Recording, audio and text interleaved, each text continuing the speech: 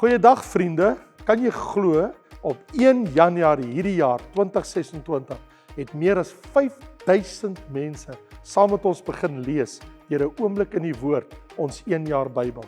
Wat 'n voorreg om so saam op reis te wees hierdie jaar. Daarom wil ek jou persoonlik uitnooi. Ons gaan maandeliks tyd neem waar ons saam gaan kyk na die tekste wat gelees is en waar jy kan vra. Kom vra jou vrae oor daai tekste waar ons was, of ons in Genesis was of waar ons ook al in die Bybel gelees het.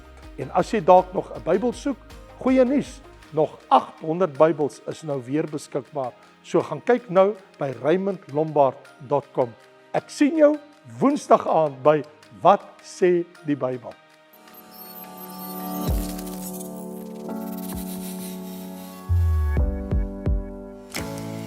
Hartlik welkom.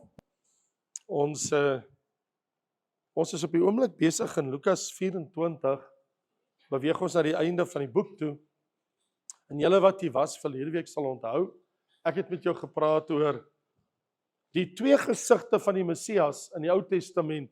Dit het natuurlik die profete baie verstom. Baie van hulle stom gelaat en baie verbaas, want die een gesig is die lydende en die ander gesig is hierdie heerlike. Die een is diensknegt en die ander een is koning. Jy kan nie die twee met mekaar versoen nie.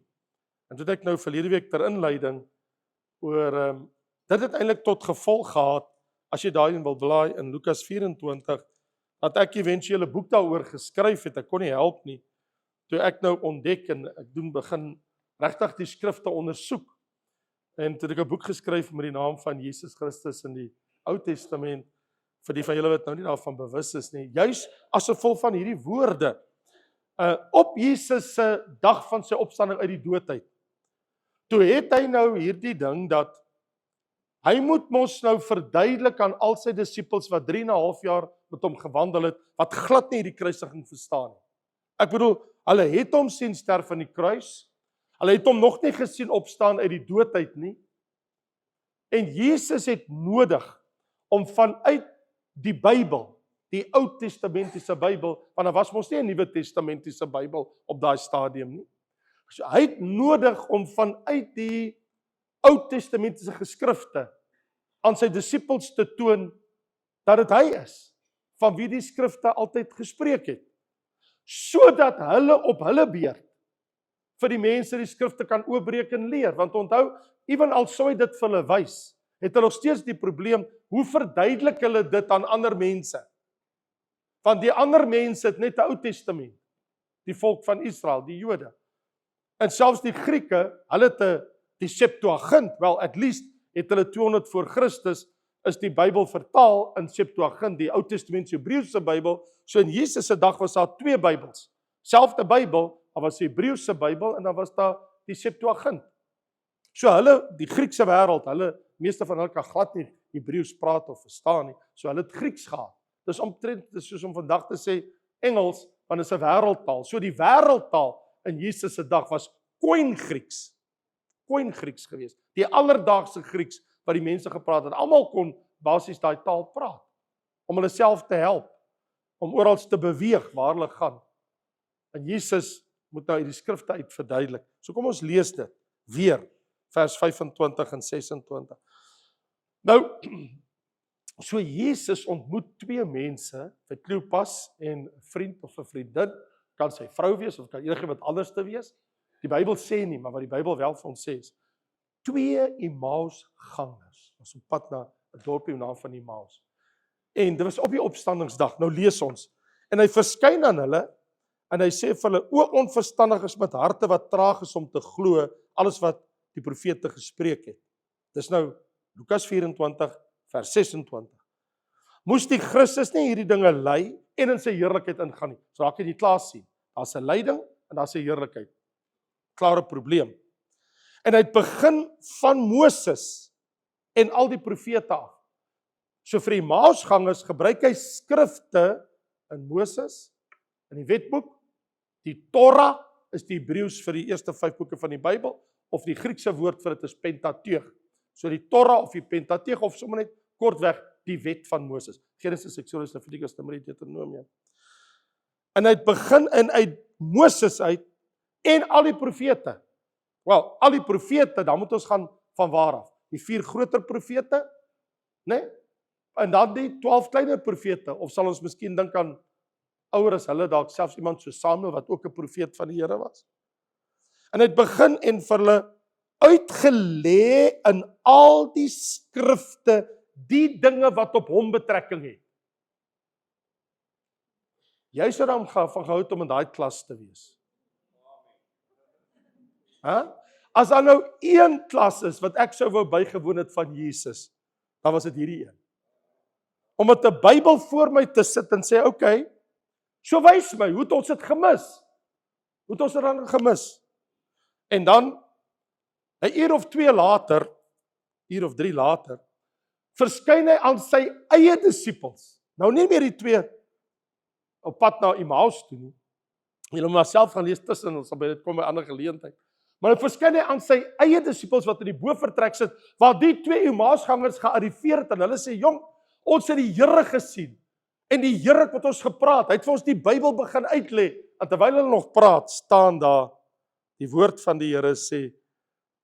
En hy sê vir hulle, dit is die woorde wat ek, dit is nou vers 44, met julle gespreek het toe ek nog by julle was, dat alles wat oor my geskrywe is, in die wet van Moses, in die psalms, en die profete vervul moet word. Toe open hy hulle verstand om die skrifte te verstaan. Here Jesus, wil U tog nie vandag ons verstand open om te verstaan. Here, open ons verstand om die woord te sien, te begryp en te verstaan. Asseblief Vader, in Jesus naam. Amen. Is hy nie tog maar die woord nie? Hy is mos, in die begin was die woord, en die woord was by God, en die woord was God eventueel. Hy is die woord. So vriende, wat die profete verstom het, was hierdie 2 sketse. Dis kom hulle dit nooit kon uitlê nie. Kon dit nie regtig uitlê nie. Nie die rabbies. Nou lees ons dat Petrus op sy ou dag, voor sy dood, skryf hy 2 boeke. 1 Petrus en 2 Petrus, of dan ook 2 briewe. Sendbriewe. En hoor wat sê Petrus, want hy kan nog steeds nie vergeet wat daai aand gebeur het, toe hulle in die bovertrek sit, toe Jesus uit die dood uit opgestaan het, en wat hy vir hulle gewys het nie. Dit het hom nog steeds stom gelaat, dat later in sy lewe, toe hy oorskryf, toe sê hy in vers 10 van 1 Petrus 1, aangaande hierdie saligheid, het die profete wat geprofeteer het, nou sê Petrus, hy skryf aan hulle wat in die verstrooiing is, hy sê, daai profeteboeke wat julle het, daai Ou Testament wat ons so aan vashou, hy sê, wat die profete geprofeteer het, wat daarin opgeteken staan, hulle het ondersoek, en hulle het nagevors, oor die genade wat in daai skrifte lê, wat vir julle bestem is. Daar's groot genade daar binne, daar's genade bestem vir die wat dit hoor, en jy moet dit verstaan en begryp, dat daai genade in jou lewe kan inkom. Hy sê, daai genade, hulle het dit ondersoek, hulle het dit nagevors, vers 11, hulle het nagespeur, op watter of hoedanige tyd, die gees van Christus wat in hulle was. Dit is interessant, dat die Heilige Gees word gekoppel met die gees van Christus hier, want dit was nie die gees van Christus per se, hy was in sy pre-eksistensie nog by die Vader, dit is voor sy vleeswording. Hy sê, toe hy vooruitgetuig het, die gees, van die lyde wat oor Christus sou kom, sy lyding, sy kruisdood, en die heerlikheid daarna. Daar is die 2 gesigte. Hy sê, aan hulle is geopenbaar, dat hulle nie vir hulle self nie, daai profete wat so geskryf het in die ou tyd, dat hulle nie vir hulle self nie, maar vir ons die dinge bedien het, wat die evangelie aan julle verkondig het deur die Heilige Gees, wat van die hemel gestuur is, en die engele is begeerig om dit te sien. Die engele woon kerkdienste by, want hulle wil dit sien en weet, soos ons weet uit 1 Korintiërs 11, woon hulle baie keer dienste by, waar oor hierdie goed gepraat word, sodat die Here vir hulle stuur en sê, gaan kyk 'n bietjie. Want onthou, dit het nie op die hemel gebeur, dit het op die aarde gebeur. Die engele baie nuuskierig oor wat gebeur het. So, hier's die ding. As jy byvoorbeeld 'n Psalm sou vat, ek sou net een Psalm kies. Kom ons sê ek vat Psalm 22, wat 'n messiaanse Psalm is. Wat jou verbaas van die Psalm as jy dit begin navors, dan ontdek jy, hier's 3 dinge in die Psalm. 1, dit praat van 'n vrywillige martelaar, een wat homself oorgee om gemartel te word. Dan praat dit oor die bekendmaking van sy naam en dit praat oor sy regeringskap. Dis interessant. Hy's 'n martelaar, maar hy het 'n naam en hy gaan eendag regeer. Nou dis die verklaringe wat hulle nie verstaan het nie. So, en ek het verlede week afgesluit en vir jou gesê, wel, as ek en jy wil verstaan wat Jesus gedoen het, dan sal ons die moeite moet doen, ek en jy vir 'n oomblik en alles neersit en sê, okay Here, wys vir my uit die Bybel watter tekste sou u gebruik het vir die 2 Emmausgangers en vir u disippels op die opstandingsdag, die dag toe hy die dood uit opgestaan het. U het dit nooit voorheen gedoen in die 3,5 jaar wat u met hulle gewandel het. U het nie vir u disippels gevat en teks vir teks vir hulle uitgelê oor u nie. U het dit doelbewustelik versuim. U het dit doelbewustelik u self weerhou om dit te doen. Hoekom het hy toe nie al toe op die aarde was in die bediening van 3,5 jaar, toe al die skrifte van uitgeleer het, almal mos nou verstaan? Nee. Want dit sou God se saligheidsplan in gevaar stel. Kon nie so wees nie. Hy kon dit nie doen nie, vir baie redes. Nou kan hy dit doen, want alles het klaar plaasgevind. Hy's gekruisig, nadat hy gelei het en gesterf het. Hy's begrawe, op die 3de in die dood uit opstaan. Nou kan Jesus die handskoene aftrek en sê, vriende, haas dit was maar net vir julle oë verbloem. So kom ons gaan kyk. So hier's my vraag. Dit was my soektog. Dit het my gestuur, meer as 'n jaar van my lewe, het ek navorsing gedoen om te gaan sê, okay, as dit dan uit die wet van Moses is, Genesis tot Deuteronomium, die eerste 5 boeke, watter ooglopend duidelike tekste weet ek sou die Here gebruik het? En uit die psalms, watter psalms? En uit die profeteboeke, wat dis wat Jesus gedoen het. So, hy kon nie anders as om te begin by Genesis 3 vers 15. Hy sou moes daar begin het. Want hy moes hulle teruggevat het na die rede hoekom hy na die wêreld toe gekom het. Genesis 3 vers 15 het ek hierdie moederbelofte, né? Die eerste, die moeder van alle beloftes. Ons noem dit Afrikaans 'n mooi woord, daar is nie so 'n woord in Engels. Ek weet nie, ek dink nie daar is so 'n woord in enige taal in die wêreld, soos wat die mooiste woord wat ons in die Afrikaanse taal het, die moederbelofte. Dit is die moeder wat geboorte skenk aan alle ander beloftes. Daarom praat ons van die moederbelofte. Die belofte wat geboorte gee, wat lewe gee aan alle ander. Want dit was, toe Adam en Eva gesondig het, ons eerste ouerpaar, ons ouers, in die tuin van Eden, toe kom die Here na hulle toe, en die Here sê vir hulle, dat hy sal die kop van die slang vermorsel. Maar dan sê die Here, hierdie kosbare woorde, vir sy 2 kinders, vir Adam en Eva, wat nou net in sonde verval het. En hy sê vir hulle, en hy praat met die duiwel, hy praat met Adam, en hy praat met Eva. Vir die duiwel sê hy, op jou buik moet jy seil en stof moet jy eet al die dae van jou lewe, sê hy vir die slang. En ek sal vyandskap stel tussen jou en die vrou, en hy sê dit voor Adam en Eva om te hoor, tussen jou saad en haar saad, hy sal die kop vermorsel, en jy sal hom in die hakskeen byt. So ek gaan iemand stuur, wat hierdie vuil werk wat jy gedoen het, en hierdie sonde wat jy in die wêreld ingebring het, wat jy vandag gedoen het, sê die Here vir Satan, vir die duiwel, vir die ou slang. Hy sê, wat jy gedoen het, sal ek eendag tot niet maak, want iemand gaan jou kop kom vermorsel, hy gaan jou verbrysel. Dus kom iemand eendag gesê het, as jy wil vandag kyk hoe lyk die duiwel, soek die een wat so 'n litteken deur sy gesig het.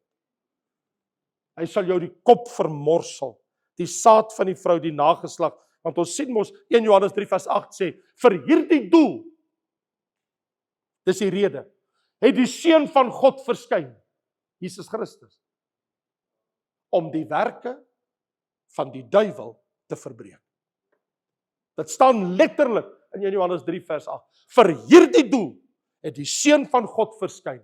Dis kom hy gekom het, bo alles, om Satan se werke te verbreek. En hy het dit gedoen. Hy het die duiwel oorwin en hy het vrymaking gebring Hy het saligheid na die mensdom toe gebring. En natuurlik wag daar vir ons ook 'n ewige heerlikheid wanneer ons hierdie lewe met hierdie liggaam uitgeleef het. So die beloftes uit die saad van die vrou. En in die Nuwe Testament later sou Paulus in Galasiërs vertel dat daai saad waarvan hy gepraat het, Abraham kom is deel van die nageslag van Adam en Eva, en uit Abraham se saad sal die Here uit sy nageslag eendag die een stuur wat die verlossing van die wêreld sou aanbring. So Jesus sou sekerlik daar begin het. Hy sou natuurlik ook moes gesê het, want hy sê so die kop vermorsel. Dat is wat ons lees in Hebreërs 2 vers 14, dat hy die duiwel oorwin het, oor hom getriomfeer het, nadat hy hom in die openbaar tentoongestel het en oor hom getriomfeer het as 'n oorwonde vyand. Dit sien ons in Kolossense 1 vers 14 en 15. En ook herhaal die Bybel dit in Hebreërs, dat hy het Satan se kop vermorsel en hy het hom 'n oorwinning toegedien. So nou in Isak, in Abraham en in Jakob, Jesus sou sekerlik wys vir hulle dat die linie van Abraham na Isak toe, van Isak na Jakob toe, want dit gaan ons uiteindelik, hy kom ons uit die stam van Juda uit. En die feit dat ons se Here uit die stam van Juda uitkom, so hy vir sy disippels die pad gewys om te sê, hey, maar julle ken mos die skrifte, Abraham, Isak en Jakob met die 12 seuns en uit Juda, en Dawid sou dan sê, uit Juda die nageslag. Ons lees dit selfs in Matteus 1, waar die Bybel vir ons sê dat hy kom uit die geslag van Dawid uit, en Jesus Christus, dat in Genesis 49 lees ons die scepter sal uit Juda nie wyk nie. In ander woorde, die koningsheerskappy kom uit die stam van Juda uit. En omdat ons se Here en sy disippels almal geweet, hy is uit die stam van Juda uit, kon hy vir hulle wys, hy is die koning wat sou kom, want die scepter sou nie wyk nie. So sy regering is uit die geslag van Juda uit. Wat interessant is, toe die laaste Judeese koning dood is, was daar nooit weer 'n koning met die ballingskap nie. Tot vandag toe. Jy moet gou oor iets dink. Niemand het ooit gewaag, vandat die tempel van Salomo vernietig was, tot vandag toe, uit die nageslag lyn van Israel, tot vandag toe, het daar nog niemand ooit opgestaan om te sê, ek kom uit Juda uit, en daar's baie Israelies vandag, wat weet hulle is uit die stam van Juda uit, hulle kan dit hulle DNA sien, so hulle kan dit terug herlei, maar nie een sal opstaan en sê ek is 'n koning nie. Hulle sal nie waag om dit te doen nie, want hulle almal weet, dit is oorgedra aan die Messias. Hy sal kom as die koning. Wel, hulle ontken dit, maar ons weet dis die waarheid, hulle het hulle koning gekruisig. Hy was die koning. Daar was nie 'n koning van die dae van Sedekia af, was daar geen koning tot op die dag van Christus. So jy praat van letterlik, van 600 jaar, was daar geen koning in Israel. Maar die dag toe Christus kom, toe sê die engel, dat die koning is gebore, die seun, die koning is vir ons gebore. Maar hulle die koning geneem, hulle die koning gekruisig, en niemand anders het ooit gewaag na 2000 jaar later, tot vandag toe, om te gaan sit op die troon in Jerusalem, om te sê, ek is die koning uit Juda uit nie. Nie een sal dit waag, nie een uit die nageslag, want dit is te groot, dit is te heilig, dit is te afgesonder, dit kan net behoort aan Jesus Christus homself, aan niemand anders nie. En dan sou hy uit die boek Exodus uit, sekerlik vir hulle moes wys, want ons weet, die Bybel, met die leer van die Nuwe Testament, weet ons, hy is die pasgalam, so toe Johannes die doper Jesus sien, toe sê ons, daar is die lam van God, wat die sonde van die wêreld wegneem. So die verhaal van die lam in die Bybel is baie, baie belangrik, want Jesus is die lam van God. So hy is die pasgalam, die een wat geslag sou word. Dis interessant, nee, dat 'n pasgalam het hulle altyd op 'n spitbraai gesit in die vorm van 'n kruis. Nogal baie interessant, dat die Jode van die dae van Exodus af, as hulle die pasgalam het hulle hom oopgespalt in die vorm van 'n kruis, as hulle hom gebraai het, elke jaar met Pasga. En nou lees ons dat geen been sal in hom gebreek word nie. Want onthou, die wet van Moses bepaal, jy mag nie 'n been breek. Jy kan hom oopspalk, maar jy mag nie 'n been breek van die lam nie. En nou hier is die interessante ding wat ons nou sien, is dat die Bybel sê niemand sou 'n been aan Jesus breek nie. Want toe die hoofman by hom kom in Johannes 19 om Jesus se bene te breek, want onthou hulle wou eintlik hê die soldate, hulle wil klaarmaak, hulle wil wegkom by die kruis, want alles is nou klaar gedoen. Die 3 manne hang al 3 aan die kruis. die son hang op die horison, hulle wil huis toe gaan, hulle gaan nie langer hier rond hang nie. Toe loop hulle na die een persoon, hulle slaat sy op sy knieë, slaat hulle hom af, sodat hy sy bene breek, sodat hy nie meer kan asemhaal nie. Want die oomblik, as jy in 'n kruis hang en ek breek jou bene, ek slaan jou knieë af, dan kan jy nie meer opdruk nie. Die oomblik as jy nie kan opdruk nie, dan versmoor jy jou eie bloed, jy kan nie asemhaal nie. Dan beteken dit jy gaan binne minute sterf. So hulle slaan die eerste ene en hy sterf. Hulle loop om Jesus na die tweede een, hulle slaan sy bene en hy sterf. Een wat hy gesê het, hy gaan saam in die paradys wees, en toe kom staan hulle voor Jesus, en toe hy hom wou slaan, toe sê hy, maar hy is dood. En dan staan in die Bybel, hy het nie sy bene gebreek, sodat die skrifte vervul sou word. Niemand sal 'n been aan my seun breek nie.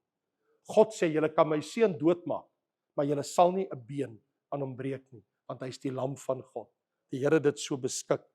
So dit sou ons sien ook in Numeri, want dit word herhaal in Numeri hoofstuk 9, en Jesus sou natuurlik die skrifte vir hulle wys. Maar dan, ek dink die baie belangrike wat herhaal word in Handelinge 3, later in die Nuwe Testament, is die feit dat Jesus verseker Deuteronomium 18 met hulle sou deel. Want Deuteronomium 18 sê Moses, omdat hy aangesig tot aangesig met God gespreek het, in die verskyning die Shekinah heerlikheid voortdurend bokant die heilige verbondsark was, in die tent van getuienis, en die Here daar voortdurend aan Moses verskyn het, met hom gepraat het, met 'n sigbare teofanie, met 'n sigbare heerlikheid en verskyning. En terwyl al hierdie goed gebeur het, kom die Here eendag en die Here sê vir Moses, ek gaan iemand soos jy stuur, 'n profeet. En daai profeet, hy sal my woorde aan die volk verkondig, soos wat jy gedoen het. Jy wat hierdie 5 boeke geskryf het, Genesis tot Deuteronomium. En so Moses sê in Deuteronomium 18 vers 15, 'n profeet soos ek is, sal die Here vir julle gee. En die Bybel sê in Handelinge 3 dat daai profesie is vervul in Jesus Christus, 'n profeet soos ek is. So sekerlik baie van hierdie tekste sou die Here Jesus gebruik het om dit vir hulle te wys. En ek sal net wil terugkom met om iets belangrik aan te haal. Maar hier's die ander ding.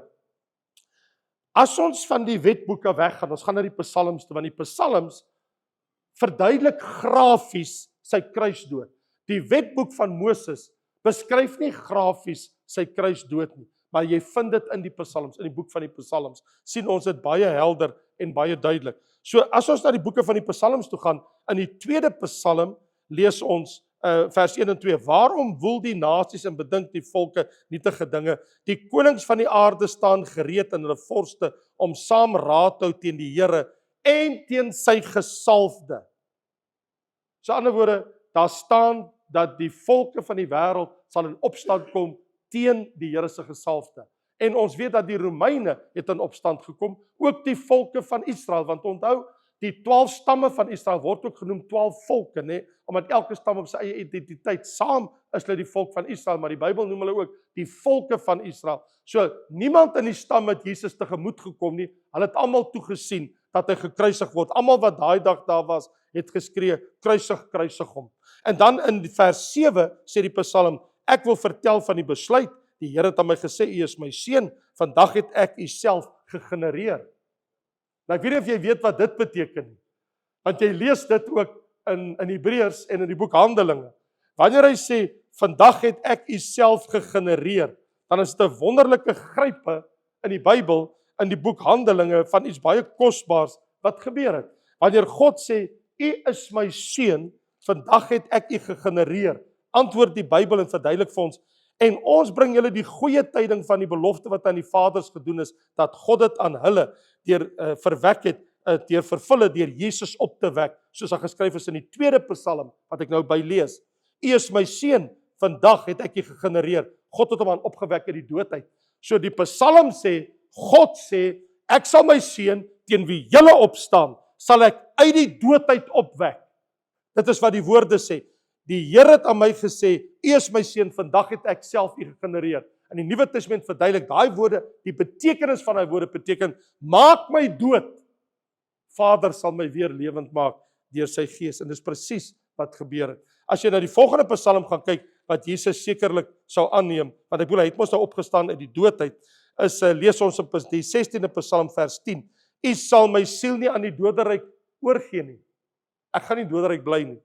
Want Jesus het gegaan na die doderyk toe, Hy was by die regverdiges in die paradys en hy kon gaan verskyn het by die ander aan die onregverdige kant, maar hy sê, u sal nie as ek sterf my in die dood laat bly nie. Dis wat die teks sê. Die teks sê, u sal my nie in die doderyk oorlaat. Aan die ander woorde, ek sal nie daar bly nie, ek sal weer in die doderyk uit opkom. En dit is presies wat ons sien, sê die Nuwe Testament van sy Handelinge, dat Jesus het nie in die doderyk gebly nie, maar hy het opgestaan uit die dood uit. En dan Psalm 22, hier is natuurlik een van die aangrypendste messiaanse psalms. My God, waarom het u my verlaat?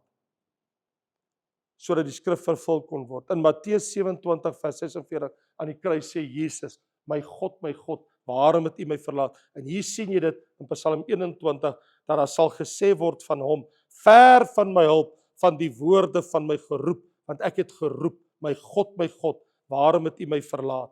En het jy geweet dat, dit staan grafies so geskryf in die Psalm, wat hulle voor die kruis sal doen. Daar staan in vers 7, ek is 'n wurm en geen man nie, 'n smaad van die mense, verag deur die volk.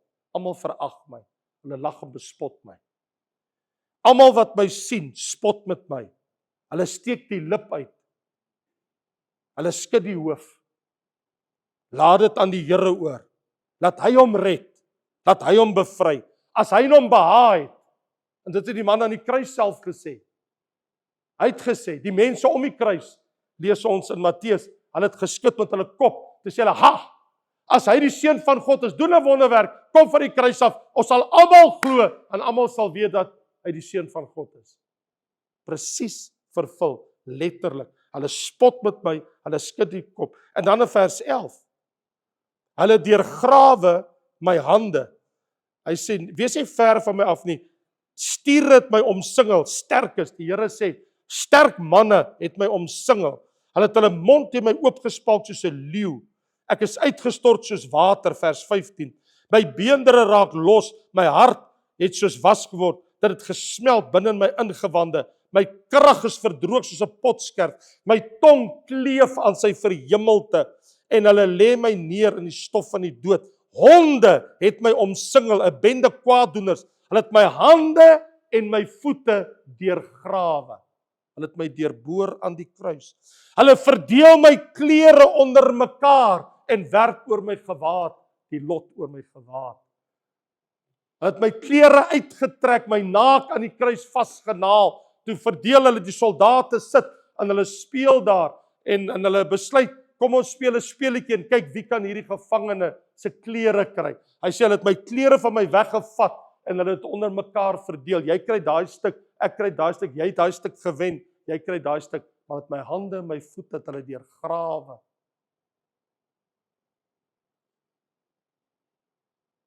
En dan die 41ste Psalm, sy verraad van Judas Iskariot. Hy sê selfs die man wat met my in vrede lewe, Judas het met Jesus in vrede geleef vir 3,5 jaar, op wie ek vertrou het, wat met my brood eet, Judas het by hom sit en brood eet, het sy hakskeen teen my opgelig. Jesus sê, hy het by my tafel gesit, toe eet hy saam met my brood, soos 'n vriend, en toe hy uitstap, toe lig hy sy hakskeen, en hy vertrap my, dat hulle my deurboor, hy het sy hakskeen teen my opgelig. My vriend, my eie vriend. In Psalm 69, sy eie familie. Jy weet, die Bybel sê sy broers, daar staan in die Bybel, in Lukas, dat sy broers, en in Johannes, het vir hom vreemd geword. My eie familie, hulle glo nie in my nie. Vreemd het ek vir my broers geword, en 'n onbekende, Psalm 69 vers 9, vir die seuns van my moeder. My eie broers, my eie huisgenote, my eie familie, het nie in my geglo nie. En dit is so vervul, die Bybel sê, sy eie familie het nie in hom geglo nie. Die Bybel sê, eers toe die dood uit opgestaan, hy verskyn aan hulle, toe glo hulle almal. Joses en Judas en Jakobus, toe kom al sy broers tot bekering. Almal, maar eers na die kruis. Hy sê, maar my eie familie was vir my vreemd. My broers het my glad nie geken nie. En dan in vers 10 sê die psalmis, want die ywer vir die huis het my verteer en die smaathede van u smaad het op my geval. Julle almal weet hoe Jesus baie keer in die tempel ingegaan het en hoe hy die tempel hulle uitgejaag het. Want ons lees in Johannes 2, toe hy 'n sweep maak en hy jaag hulle die tempel uit omdat hulle koop en verkoop in die tempel, maar gaan net vir hulle oor geld maak, staan daar, die ywer vir u huis het my verteer. Daar staan letterlik die vervulling, toe vervul Jesus die skrif, die ywer vir die huis het my verteer. En in die 69ste Psalm lees ons vers 22, toe hy sê ek het dors, julle sal almal onthou, toe Jesus aan die kruis hang, ons het mos 'n paar weke terug gesien, en hy sê ek het dors, gee vir my iets om te drink, want hulle martel hom al van die vorige aand af. Dis al die volgende middag 3 uur, niemand het nog vir hom water aangebied nie, hulle het hom stikkend geslaan, en hulle het hom verrenoveer, en hy het in mekaar gesak met 'n deel van die kruis, met die balk wat hy gedra het, en nou hang hy in die kruis, en die son wat op hom skyn, en op 'n stadium toe kon hy nie meer langer hou nie, en hy roep uit en hy sê, ek het dors, roep hy aan die kruis, en hulle kom met asyn, hulle kom met heerlike, sagte, koel water, en bring dit na sy lippe toe, om met hom 'n laaste slukkie te gee voor sy dood, dat hy net kan suiwer water inneem. Bybel sê dat hy hiersoop singel gedruk, mirre en asyn, toe bring hulle die asyn na sy mond toe, gee vir hom asyn, bitter, om te drink, toe hy sê ek het dors. Ja, grypende ding van Jesus se leringe, baie van Jesus se leringe, sy lewe deur, was gelykenisse. En jy sal miskien wonder, hoekom sou hy so baie deur gelykenisse leer? Ons het hoofstukke van ons Bybel, hoofstukke van ons Bybel. Ek moet eintlik hulle gaan tel. Ek het dit nog nooit gedoen nie, maar dit sal baie interessant wees om te sien hoeveel hoofstukke beslaan Matteus, Markus, Lukas, Johannes met al die gelykenisse. Maar hier is die verbasendste ding. Psalm 78 vers 2 sê dat wanneer hy verskyn en hy sal spreek, ek wil my mond open met 'n spreek, raaisels uit die voortyd laat uitstroom. Die Bybel sê, en dis wat ons nou sien, in Matteus 13 vers 34-35, toe hulle sê, hoekom praat hy deur gelykenisse? Toe sê hy, sodat vervul sou word, wat die woord sê, ek sal deur gelykenisse spreek tot die volk. En dis wat hy gedoen het. Maar hier is die verbasendste ding, as jy by die 110de Psalm kom, dat ons hierdie aangrypende ding wat gebeur het, die Here sê vir my Here, Jahwe sê vir Adonai, jy kan dit sommer sien as jy na die woorde kyk, Here is hoofletter, en die ander Here is hoofletter, die ander is kleinletter, so Jahwe sê vir Adonai, Vader praat met sy seun, Jahwe sê vir Adonai, die Here sê vir my Here, sit aan my regterhand, totdat ek jou vyande maak 'n voetbank van my voete. Hy nooi hom om hemel toe te kom sit aan my regterhand. So dis 'n uitnodiging. Dis hoekom Jesus sê ek gaan terug hemel toe, ek gaan nie kom bly nie. Ek is genooi om aan die regterhand van Jahwe te gaan sit terwyl hy my vyande die voetbank van sy voete maak. Hoekom het hy nie maar gebly met die disippels op aarde en bly preek tot tyd en wyl nie? Nee, hy het dit vir hulle nagelaat want hy sê vers 4, die Here het gesweer en dit sal u nie berou nie. God het 'n eed geneem. U is priester vir ewig volgens die orde van Melchisedek. Ons lees talle kere in die boek Hebreërs, Jesus is hoëpriester volgens die orde van Melchisedek. Kyk, dit mag nooit gebeur dat hy priester is nie. Vriende, Jesus kom uit die stam van Juda uit. Dis 'n koninklike stam, maar hy is nou op die oomblik terwyl ek hier voor jou staan en met jou praat. Hy's 'n hoëpriester in die hemel. Hoe is dit moontlik dat hy 'n hoëpriester kan wees? God het dit gedoen volgens Genesis hoofstuk 14 volgens die orde van Melchisedek. Want Jesus as ons hoëpriester kan nou vir ons by God intree. So Vader het Jesus genooi en gesê kom op en kom sit hier aan my regterhand. En toe hy daar kom sit, toe sê hy ek het jou gemaak hoëpriester volgens die orde van Melchisedek. So jy sal vir die mense intree. So ek en jy het vandag 'n hoëpriester wat vir ons twee kan intree. So vriende, wanneer ons gaan kyk ook in Psalm 118 vers 22, die steen wat die bouers verwerp het 'n hoeksteen geword.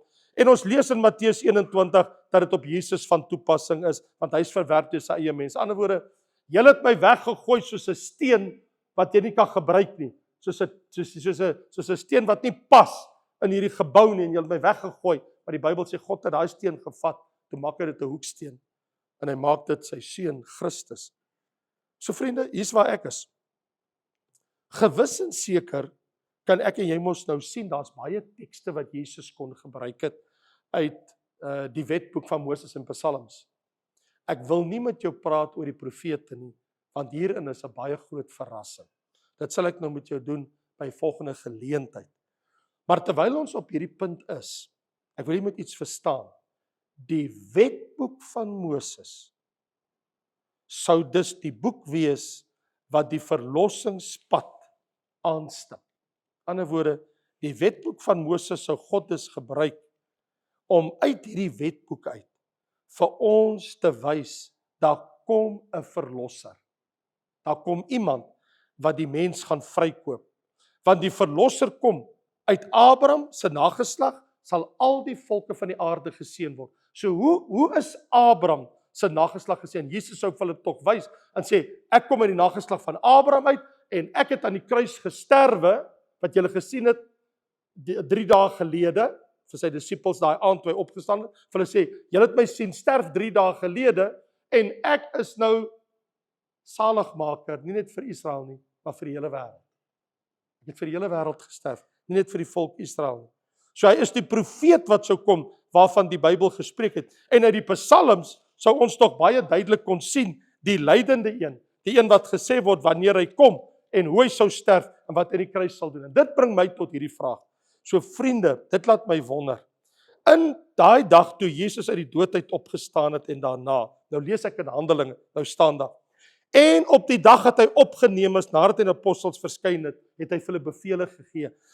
Omdat hy, vers 3, na sy lyde hom lewend vertoon het deur baie kentekens. So die Bybel sê, vir 40 dae lank het Jesus, nou dat hy die dood uit opgestaan, het hy hulle verskyn en hulle baie dinge geleer oor die koninkryk van God. En hy sê, Johannes het met water gedoop, maar ek gaan julle doop met die Heilige Gees nie lank na hierdie dae nie. En hy sê vir hulle, maar julle sal krag ontvang as die Heilige Gees oor julle kom, en julle sal my getuies wees in Jerusalem, Judea, Samaria, en tot die uiterste van die aarde. So hier's my vraag, waarom het Christus gekom? Dit was 'n koninkrykssaak. Hy het vir hulle uitgelê vir 40 dae oor die nuwe koninkryk wat hy op aarde vestig. Deur wedergeboorte het ons almal in die koninkryk ingegaan, en ons weet daar kom ook 1000 jaar verder 'n koninkryk, en daar kom nog 'n ewige koninkryk. So hier is eintlik die ding wat nou op die tafel lê. Die evangelie van Christus is die goeie nuus. Die een wat gesterf het lewe, hy's nie dood nie. Dis 'n boodskap vir die ganse wêreld. Dis kom die Bybel sê, gaan die hele wêreld in en verkondig die evangelie aan die ganse mensdom. So hier's waar ek en jy inkom. Ons boodskap is nie 'n filosofie nie. Die goeie nuus openbaar vir ons die historiese gebeure van Jesus wat gesterf het volgens die skrifte, die evangelie wat ons nou deel. So hier's my vraag, praat jy met jou familie oor Jesus? Praat jy met jou kollegas oor Jesus? Spreek jy tot ander oor Jesus Christus? Op die einde van die dag, die Bybel sê, julle sal my getuies wees. 'n Getuie waarvan? Van die opgestane, verreëse, verheerlikte Here Jesus Christus. Ek bedoel, immers, die opdrag aan die Emmausgangers en die opdrag aan die apostels was toe hulle die skrifte ontdek het. Hulle moes Jesus gaan bekendstel. Ek het 'n vraag aan jou. Nou dat jy die skrifte ken, wat maak jy met Jesus? Jy moet hom bekendstel. Ons moet die evangelie deel. Dis wat die apostels gedoen het. So nou is my vraag, skaam jy jou vir die Here by jou werk, by die kinders by die skool? As hulle iets vir jou sê, moenie met my oor hierdie Jesus praat nie. Jy's 'n Jesus freak. Hier's my vraag. Wat doen ek en jy nou dat ons die skrifte het, Ou en Nuwe Testament, nou dat ons die openbaring het oor die Christus? Dit bring my by 'n baie belangrike ding. As jy die evangelie ontdek het en dit ken en weet, is die onus op jou om dit bekend te maak. Dit is jou verantwoordelikheid. Vriende, jy bly in 'n dorp of 'n stad of 'n woonbuurt of 'n area waar ek nie is nie. Jy werk met mense wat by jou tafel verbystap elke dag. Jy werk in kantore, jy ry in treine, jy ry in busse, jy ry in taksies, jy ry in voertuie, jy kom by huise, jy's by braaigeleenthede, jy kom by baie plekke waar ek glad nie by kom nie. Ek kan nie daar praat nie. Jy is 'n disipel en jy het 'n verantwoordelikheid. Ek wil vandag vir jou sê, jy kan nie na alles luister wat ek nou gesê het, en sê, hoorie, maar dit is baie wonderlik om te sien uit die skriftyd, alles is vervul. En nou wat nou? Hier is die groot uitdaging. Wat gaan jy maak met hierdie Jesus, waarvan ons vandag gehoor het? Behalwe dat jy hom liefhet en hom dien, maak jy hom bekend. Kom ons bid saam. Here, wat sal ons sê? Die skrifte spreek vir hulle self. U woord spreek vir homself. Vader, in Jesus naam en om sy ontwil, wees ons genadig, dat ons nie hierdie woord gaan verbloem, vir onsself hou, dit verontagsaam. As dit dan is, dat die Seun van God, wat ons nou gesien het, uit die Psalms, en uit die wetboeke van Moses, dat hy vervulling gegee daaraan. Sekerlik, Here, het ons iets om te vertel. Vader, en ek wil bid in Jesus naam, dat elke disipel van U, wat my vandag gehoor het, dat hulle met hierdie boodskap sal erns maak. Want dit is die goeie nuus, dat God se Seun vir ons aan die kruis kom sterf het. Vader, nou wil ek bid, dat elkeen wat na my geluister het, diep in hulle hart, die besluit sal neem. Ek gaan nie bang wees vir my vriende by die skool nie. Ek gaan nie vrees vir universiteitsvriende nie. Ek gaan nie terugdeins van familie. Ek gaan nie, omdat ek skaam is, my langer skaam, en daarom sou stil bly nie.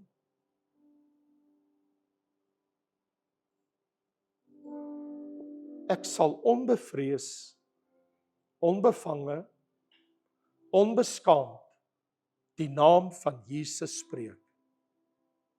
So help my Here. Here Jesus het gesê, gaan die hele wêreld in. Wees my getuies in Jerusalem, Judea, Samaria en tot die uiterste van die aarde. En Vader, nou is dit my gebed, dat elke mens wat vandag gehoor het, in hulle hart die besluit neem. Ek sal my standpunt vir Jesus inneem, ongeag wat ander sê, en dink en doen. Maar dis my besluit. Ek neem 'n standpunt in vir die Seun van God. In Jesus naam. Amen.